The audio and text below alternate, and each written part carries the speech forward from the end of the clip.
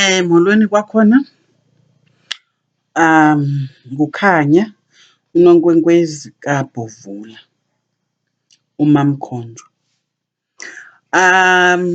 Ndingachithanga xesha, mandisazise isihloko sangale mini yanamhlanje.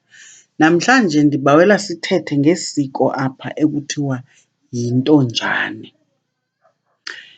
Ngeba ndizama usondela kwizicelo zenu xa niye nibhale ii-comments zoba makhe ndiphathe imiba ethile.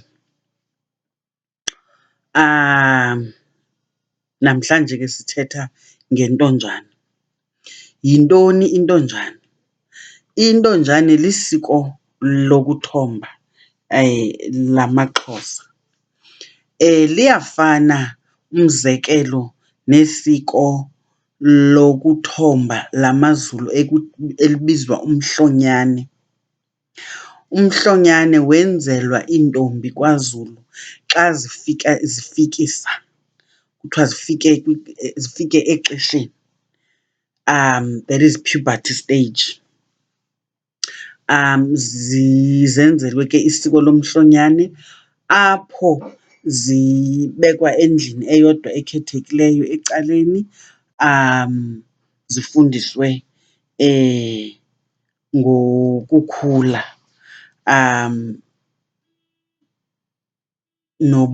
ndingathini, ndingathi ngokwexesha langoku laa nto sithi yi-sex education. Nalapha ke esiXhoseni ikwayinto enjalo. Andizuthetha ke ngomhlonyane ngoba mna andingomZulu, ndingumXhosa. Into kunayo ndikhulele kwaZulu, so ndikhe ndiwubone napha umhlonyane, so njengoba ndikhe ndiathende. But mandithethe ngale ndiyaziyo nam ndiyenzileyo ndigqithe kuyo. I love my hat. Anyway, intonjane le lisiko ke ebelifudula lisenziwa kude kudala sisizwe samaXhosa. Xa abantwana abangamantombazane befikelele exesheni lokuba bathombe. Siyayazi mos ixesha lokuthomba liphaa koo-14, 15, 16. But ke ngenxa yokutya esikutyayo kwezi ntsuku siphila kuzo, ukutya esikutyayo kubangela uba abantwana bakhawuleze bafike kwi-puberty, bakhawuleze bathombe. Abanye bathomba benoo-10, 11 umzekelo. Andiqondi ke noko into yoba ngelo xesha sekeredi umntana, kodwa ke ngokwakudala kwakuphaa koo-14, 15, 16 lapho ke umntana eza kwenzelwa lo mcimbi wokumthombisa. Siyayazi ke mos umhlaba uyatshintsha, izinto ziyatshintsha, njengoba ndisitsho into yoba abantwana bangoku bathomba msinyane kunathi, umzekelo. Kutyiwa ii-dairy products kaloku, uyaqonda, kutyiwa iiyogathi ngoku, kutyiwa amaqanda free, uyayibona? Kutyiwa iitshizi ngabantwana bethu, uyayiva ke ngoku? Loo nto ibenze bakhawuleze bafikise, uyayiva ke ngoku? But ideally isiko eli lokuthomba ibikukuba umntana xa efika kwesaa stage soba ethomba ke ngoku aze enzelwe eli siko. Kwenzelwa ntoni? Kwenziwa ntoni?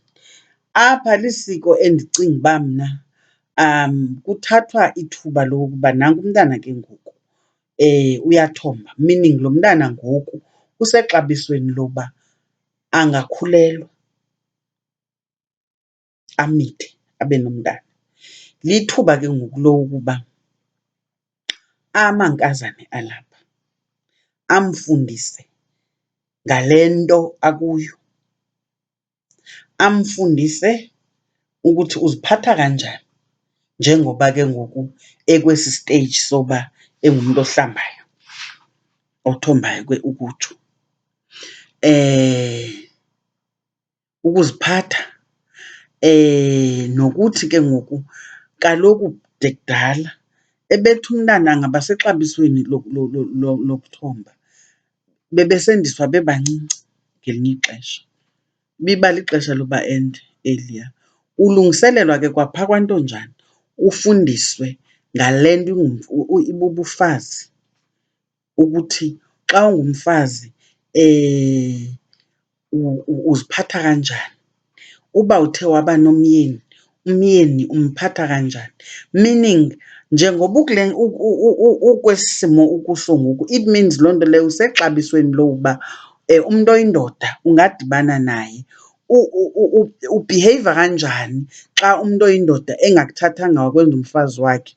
Amankazana aza kuxelela into yoba ungakwenzi ukuthi nokuthi nokuthi, kwenzela into yoba ungamithi ungatshatanga. Laa nto sithi yi-teenage pregnancy namhlanje yayiyindlela yogwema iimpazamo ezinjalo. Kuphinde kuthiwe xa uthe ke ngoku waba nethamsanqa, wathathwa, wangumfazi womntu. Xa uthe wathathwa, nazi izinto ezilindelekileyo kumntu ke ngoku ongumfazi, uyaqonda? Uzawuba nabantwana kulo mzi ngoba ngoku uthombile, meaning uyakwazi uthwala umntana, uyakwazi uzithwala ube nomntana, uyaqonda? Umntwana uphathwa indoda le ingumyeni wakho, izawube ingumyeni wakho, iphathwa kanjani. Ziinto ezikumila kunjalo ezi zincokolwayo phaa kwaNtonjane. Izinto zibhentsiswe phandle, zithethwe phandle ngamankazana ethetha kobani? Ezintombini. Kwenzela into yoba kungabikho mntu uthi mna bendingazi, yonke into ibe icacisiwe. Meaning kwakugwenywa i-pregnancy, teenage pregnancy, to umntu elungiselelwa into yoba ayazi indoda uba iphathwa kanjani. Ewe,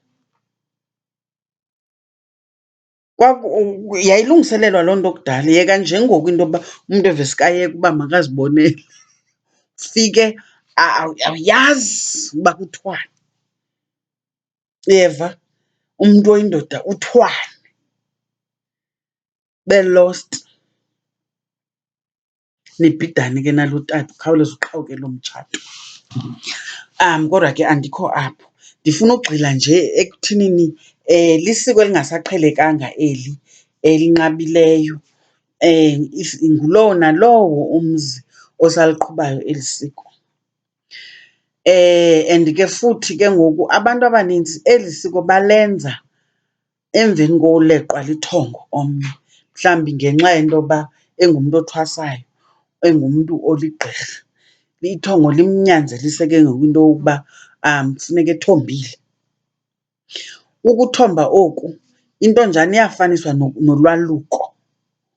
Ikwekwe isuswa ebukhwenkweni isiwa phi? Ebudodeni. Ade athi amaXhosa, umzekelo, ikhona ingxoxompikiswano ebikhe yakhona apha kuFacebook. Uthi omnye umhlekazi, ikwekwe ayinalungelo loma emzini ikhokele amasiko omzi. Ithi ke loo nto leyo igqirha elingathombanga xa lisebenza emzini lisebenza ngetyala. Nam ndazi kunjalo, kodwa ke it's a very touchy topic because amagqirha amanintsi ngokwenene nangokwenyaniso awathombanga xa sithetha into zenyani. Asikho apho ke. Kwenziwa ntoni apha kwaNtonjane? Besendichazile ke uba isizathu sentonjane yintoni, uyaqonda? Masijonge ke ngoku into yoba kwenziwa ntoni kanye kanye, ii-activities eziqhutywayo ke xa kuqhutywa le ntonjane.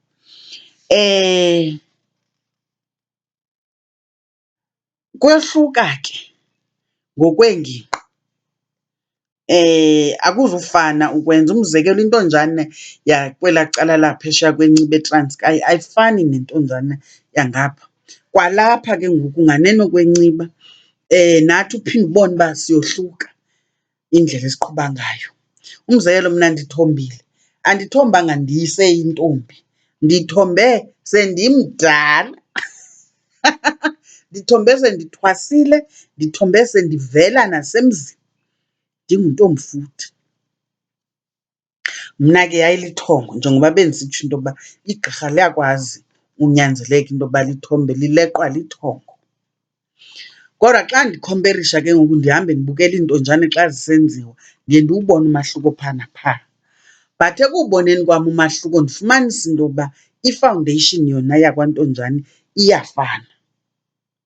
Ndiye ndithi ke mna ke umahluko wengingqi noko ayiyonto kungacaci into yokuba itshintsha isiko. Umzekelo, thina apha ekhaya into eyenziweyo kum, kuthiwe intonjana le iyafana nesiko lokwalusa amakhwenkwe. Into ethetha ukuthi ke ngoku mna ndithe xa ndizawungena kwaNtonjane then ndanikwa itsho apha ekhaya amakhwenkwe alapha ke angcamiswa ngegusha njengoba kweminye imizi iyibhokhwe. Nam ke ndangcamiswa ke kwathiwa ndiyancanyiswa, yayiyigusha ke leyo. Ndiyabona ke nakwezinye iingingqi ufumanise into yoba nakuba ingenagama lebhokhwe, abantu abaninzi yibhokhwe, bambalwa kakhulu abantu abasebenzisa igusha. Ungaliva igama layo, uyayiva? Abanye bathi kondlalelwa intonjane, njalo njalo, uyaandastenda? Kuwiswa kodwa okusalayo kuwiswa ibhokhwe. Le bhokhwe le xa iwiswayo wakhelwe mos intombi le yakwaNtonjane ijaka, indlu azawuhlala kuyo ikhona. Le ndlu lena ke ngoku iyasindwa indawo yokuqala. Indawo yesibini sekukhiwe ingca ziintombi zokuhlala, uyayiva? Kubakho amakhankatha amabini, iintombi ezimbini ezizawuba nale ntombi maxa onke njengoba ilapha ejakeni. Ziyakhwatshwa ke ezi ntombi, namanye amantombi ke angakhapha kuyokhiwa ingca ezawusetyenziswa kwaNtonjane. Le ngca iyondlalwa apha phantsi, yile azawulala phezu kwayo ke usisi lo wakwaNtonjane. Kwenziwe umkhusane kwenzela into yoba abanye abantu bakweli cala bangamboni, uyeva? Lo mkhusane ke abanye abantu bawenza ngamakhuko, abanye bawenza ngengca, kohlulwe indlu le ngengca. Mna sasisebenzise imithi yasemlanjeni, le sithi thina yiplandeshi, ngesilungu I think yi-willow tree. Ayinanto iyithethayo mos laa mthi, awufani nomngcunube umzekelo, wona osetyenziswa kwimfukamo, uyaandastenda? So ngumthi nje oseyifu, ongamoshi nto elisiko. Untonjane ke lo sele evalelwe, kuqala phofu mandithi kuqala umngqungqo wabafazi, oomama manditsho ke bokuhlala. Bencedisa umama walapha, umama wale ntombazana, uyeva? Njengoba beyokha ingca ezi ntombi, xa bebuya bangeniswa ke ngengoma, uyeva? Bengumngqungqo, ingoma nje emandi endilisekileyo, intsholo, tsholo zabantu abadala. Batsho ke bombele iingoma ezimandi ezipholileyo, uyeva ke ngoku? Kuyofakwa le ntombazane phi? Ejakeni, kundlalelwe ingca kwaye yenziwe yonke ke le nto yale partition, uyaqonda? Ntombazane yakwaNtonjana ke lena ithonjiswayo ihamba zixesha lonke ivalelwe apha, unxiba nje inkciyo. Inkciyo is just nje ilaphu lokhavarisha into yoba kungabonakali noko usisi lo. Kuqabe imbola emhlophe le iqatywa ngabakhwetha osuthwini xa besoluka.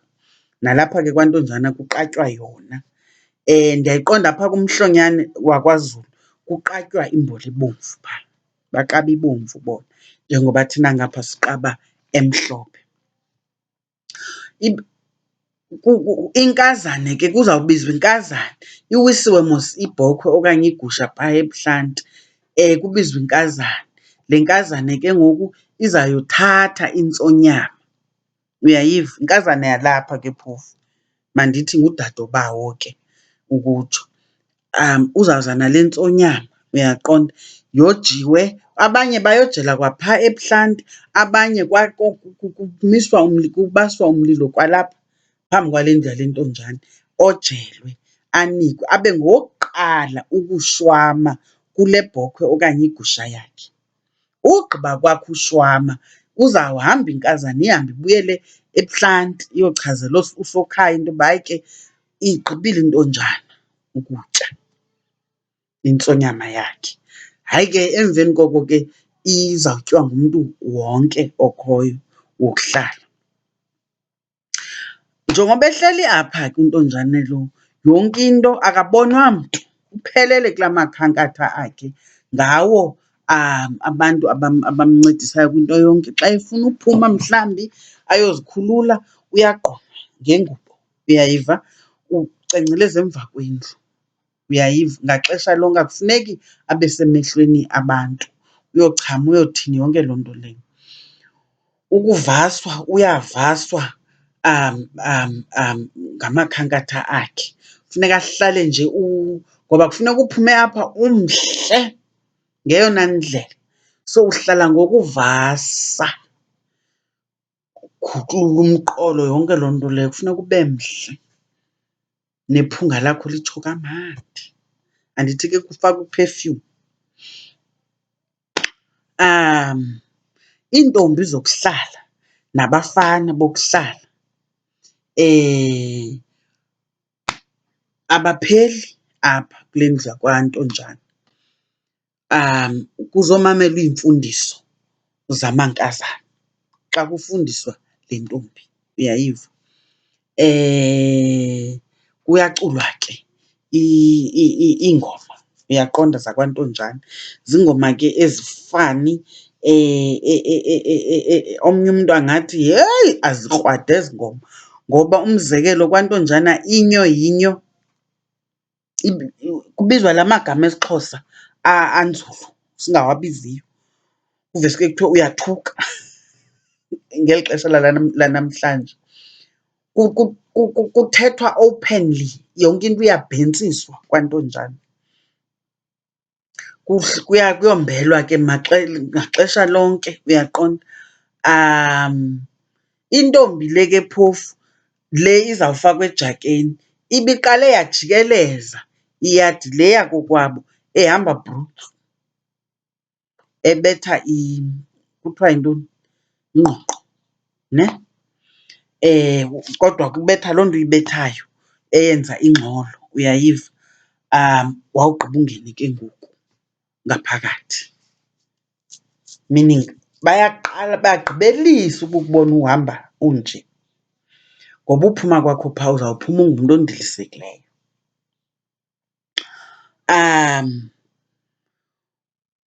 Kuzawuhamba iintsuku ke, njengoba uvalelwe nje, zihamba iintsuku. Andikhe ndiyibone ke kwezinye iindawo, kodwa thina njengoba ubungcanyisiwe, usuku oluthile usokhaya uzawubeka usuku athi makojiswe. Uyaxhelelwa ke, njengoba benditshilo thina yigusha. Ndakhe ndabona kwenye ilali bathi bona sisirhuzo, makarhuzwe, kuxhelwe inyama yakwantonjana. Uba yibhokhwe yibhokhwe, uba yigusha yigusha. Thina ke kuthiwa ngumojiso xa ibizwa kweli cala lethu. Icala lalo mojiso lishiyeka phaa ebuhlanti, icala liza kwantonjana. Nawubona uba nilitya njani, nenza njani, nithini ngale nyama. Uhlale ke ezo ntsuku. Kuthi ke ngolu suku uzawuphuma ngalo, ngosuku lokugqibela, kuyalungiswa ke, kukhutshwe ingca le iyotshiswa, umzekelo. Ingca ibikhona apha ngaphakathi iyotshiswa, kuphinde kusindwe okutsha. Uyayiva ke ngoku, kufakwe enye ingca efresh. Ngelo xesha uyalungiswa wena uba uzawuhamba ke ngoku uyaphi, uyovaswa. Uqatywa ke ngoku imbola ebomvu nemhlophe. Bayidlale ke apha emzimbeni wakho. Uba benza kanjani, ndicinga uba mna ixhomekeke kumakhankatha akho uba aza kuhombisa akuthini, uyaqonda. Ube mhle ke qha kodwa uqabe imbola leyo uzithe nkciyo yakho ngelo xesha, uyaqonda. Uzawuphuma, uyaphi apho uya khona? Uya emlanjeni. Uzawuthi xa uphuma unqumla phi? Enkundleni yakokwenu. Xa unqumla kule nkundla, usokhaya uba ngutatakho uza kunika umkhonto. Umkhonto lo uhlatywa ngayo apha ekhaya. Unikwa umkhonto kuthiwe yithi uyindoda. Andiyazi uba kutheni kuthiwa yithi uyindoda. Unikwe lo mkhonto uphume ngawo kweli sango kuphunywa kungenwa kulo imfuyo yalapha. Uyophuma ngelaa sango.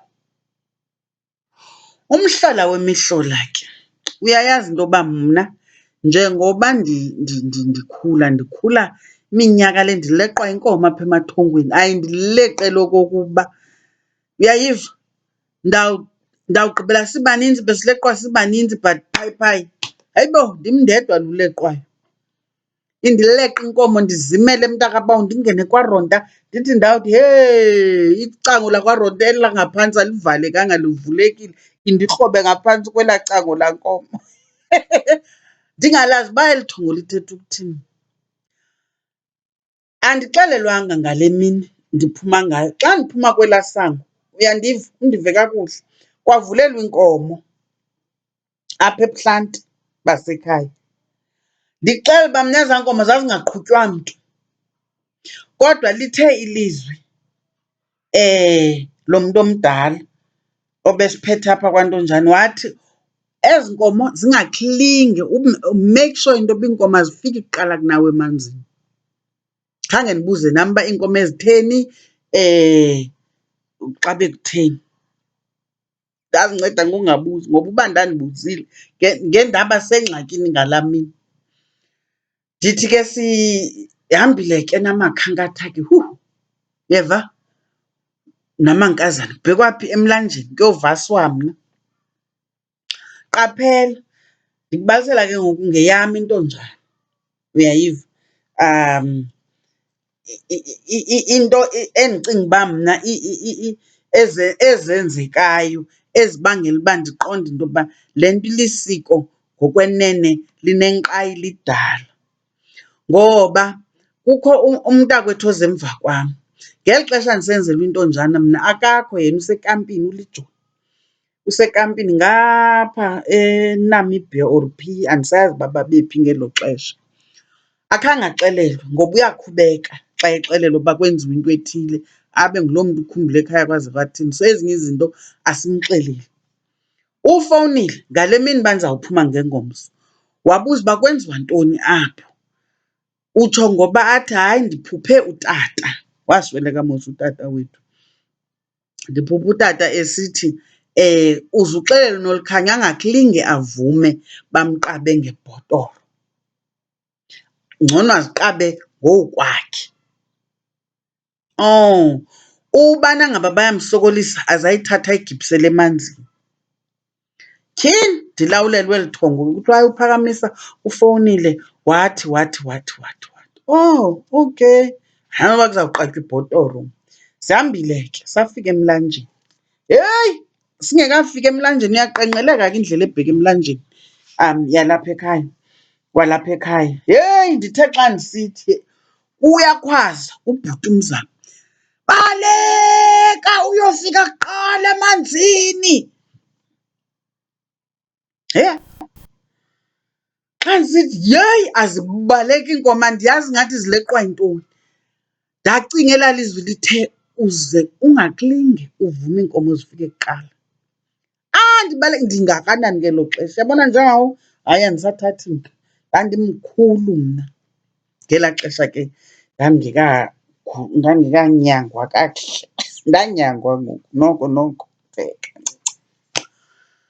iyehla le ndlela and awunxibanga sihlangu apha enyaweni, uyeva. Eyoba kutheni bengazange basinxibisa ezi zihlangu yayintlonti kodwa leya.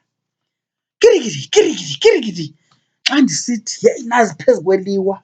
uwana nje elifutshanane, sajongana nezi nkomo, rha zaphinde zajikela ezaa nto eziya. Xa ndisithi sezilapha emva kwam,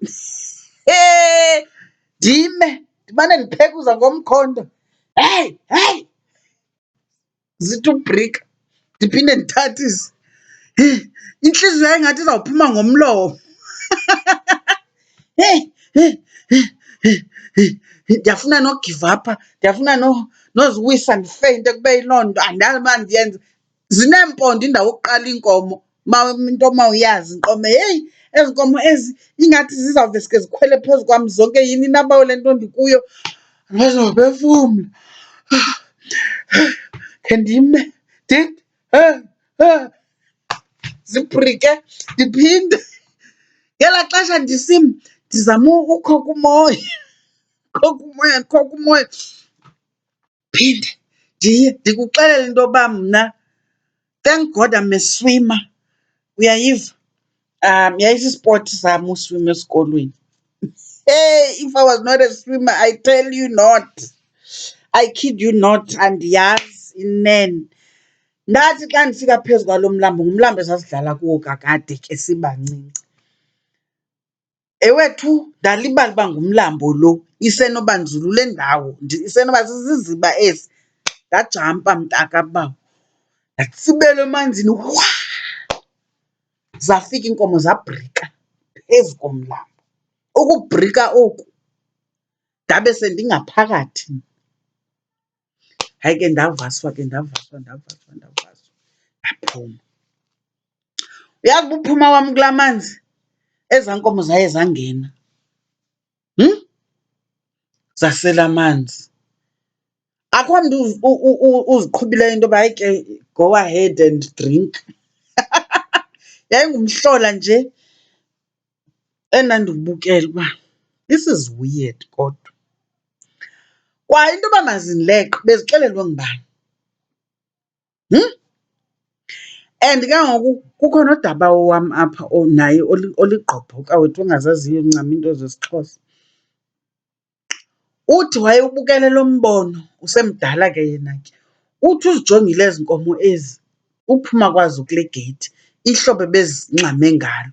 And ke ngoku basibukele njengoba sisehla sibheka le. Uthi le nto lena yenzekayo bendiyiphuphile mani ngezolo. Uthi ngumhlolo uba ndiyibone into isenzeka kodwa bendiyibona izolo. Uyayiva ke ngoku? Isiko lidala, linenkqayi. Ndikuxelela uba mna kwafika ixesha lebhotoro. Ramamajarini.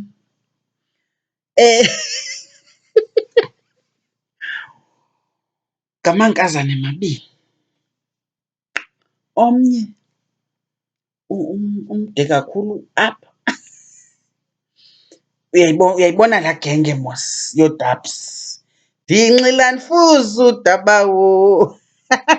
Uyayazi mos aba dabs.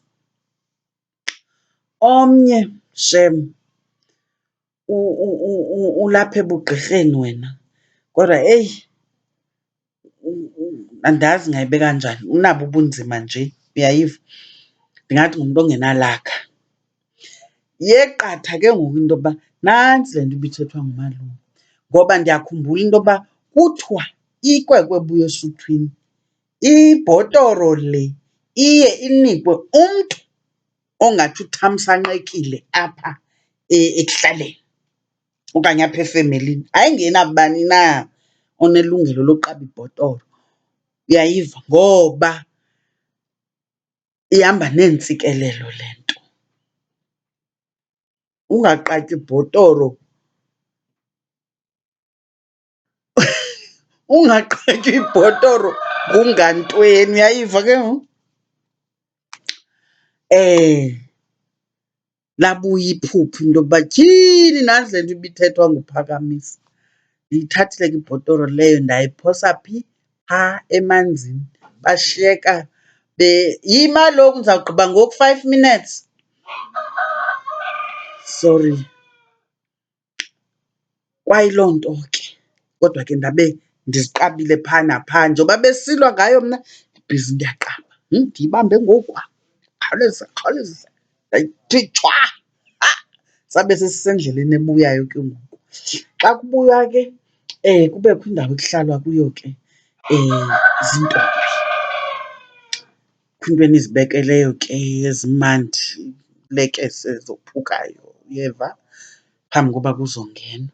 Xa kungenwa ke ngoku namkelwa kwakhona ngengqoqo, uyayiva? Ibe yintsholo nje emandi. Bahleli ootata apha ngasebuhlanti enkundleni, ungene uyalwe, uwiselwe nenkomo ngapha, uyayiva? Yi-celebration ke ngoku, uyayiva? Ubuyele kulaa ndlu ke ngoku, apho ke ngoku uzawunxitywa khona ke. Andithi ubuhambaze, ndilibele ukutsho kuyo into yoba njengoba uhambaza ixesha eli kodwa apha entloko uthwele ikhetshemiya le imnyama yamakrwala. Uzawunxitywa ke ngoku, uyalwa xa sowunxibile. Ubuya kwakho phaa uhambe uyongena uyonxiba, unxibe imibhaco yakho ube mhle, uhambe ke ngoku uyobekwa phaa phambi kootata uyalwe. Umntu ke ongathombanga kanti ilisiko egazini lakhe uba neengxaki, omnye aphuphe. Amaphupha entonjana iba kakhulu ngumntu like uthanda ujikela emva kwendlu. Ingathi mhlawumbi utshiswa ngumchamo, uyabaleka ujikela emva kwendlu kodwa iphupho lakho linento esoloko nje ujikela emva kwendlu. Okanye uthanda uphuphe amakhwenkwe neentombi kutshotshwa apha eyadini yakokwenu. Okanye uleqwa yinkomo njengoba bendisitsho, okanye uphunyelwa ngamazinyo, uyayiva? Omnye afike emzini akafumani bantwana. Bathi abantu bomzi, hayi makakhe ayothonjiswa kokwabo, uyayiva? Ixhaphakile ke apha emagqirheni ufumanise into yoba ilityala egazini lakho. Ngoba kaloku njengoba besenditshilo kulaa ngxoxompikiswano, ngokwenene nangokwenyaniso, uzawuhamba usima kule mizi, ukhokela amadoda ale mizi, kodwa zange uthombe? Andithi kutheni?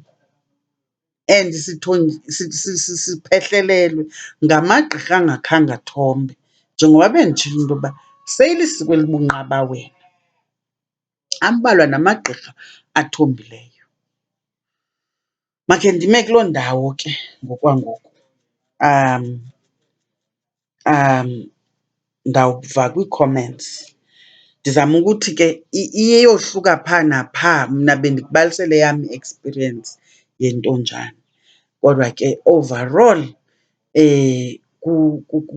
yenziwa yintombi esentsha ekhulayo.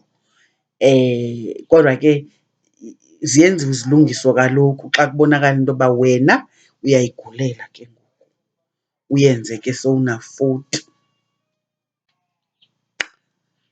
Sakuthombisa kaloku noma una-50 xa ithongo lisitsho, uyeva? Mandiyibambe kuloo ndawo. Please share, like, subscribe. Don't forget to hit the notifications button. Guys, I hit the 500 mark. Wow, you are wonderful. Thank you very much. Sijonge phi ngoku? Sijonge ku-1,000. Ndiyabulela ngento yonke, camagu.